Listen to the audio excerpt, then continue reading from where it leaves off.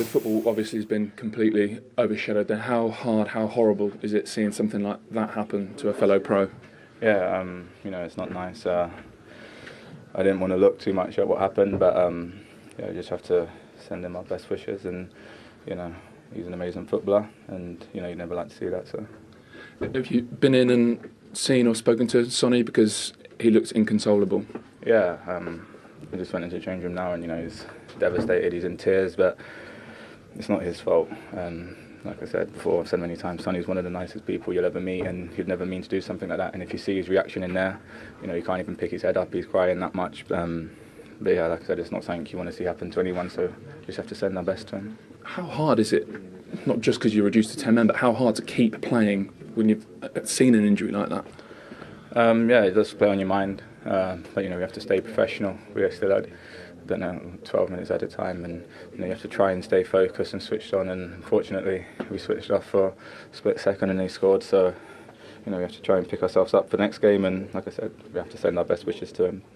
What about that as a day for Spurs then? Obviously, the football not the most important thing, but what about that performance? What about that result?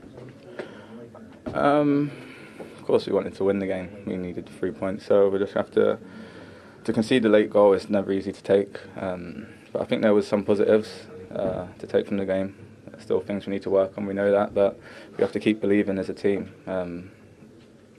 Probably haven't been in this situation where we're with this group of players where we're at this place in the table. But our quality is going to come through, and we just got to keep grafting every day and make sure we turn it around together. And players always say they don't listen to the criticism, don't read it, but do we see a response out there from you today?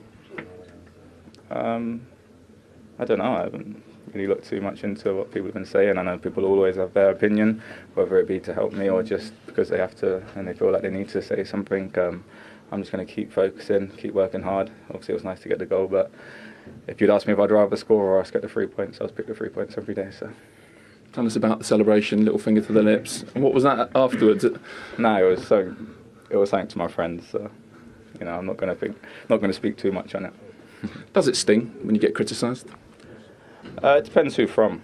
There's certain people that obviously, when they say something, it hurts and really kicks you up the backside. And there's some people who say stuff and you sort of just roll your eyes at it and in one ear and out the other. But yeah, I think growing up and coming from League One and coming into the Premier League and stuff like that, you have to have a strong mentality. And I'm going to keep showing that I have and keep working hard and try and just keep improving every day. Granted, I didn't have the best of seasons last season. Picked up a few injuries, whatever, but that's all behind me now. I'm working hard every day and I'm feeling good. So do you agree that you've dipped, or before today? And if so, what's the reason? Because you have had a lot of injuries. I wouldn't say before today. I think maybe last week against Liverpool I didn't perform as well as I know I can. But if you look at the other games I've played in, Watford and the Champions League, I think I played well. Definitely improving again.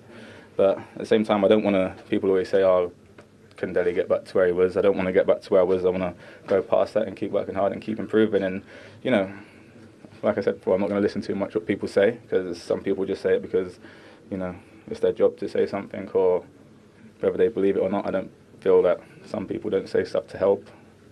As such, it's more just to to say it for the reason. So as long as my manager and my teammates and my family. Just keep listening to them and keep working hard. So there was a long VAR check during that second half. Yeah, there was. What were you thinking during it?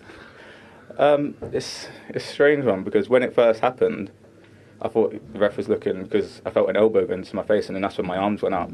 But the longer it goes on, the more you start thinking what they're checking, and then he says, "Oh, you're checking for a handball," and you're like, "Oh yeah, maybe it did hit my hand, or maybe it didn't." But I guess it's hit your hand, don't you? But in the moment, obviously, when I went up, I felt an elbow into my face, and I felt contact, and then that's when I was thinking, obviously, they're not going to give handball. But then the longer it goes on, starts playing on your mind, and you start thinking what they're going to give.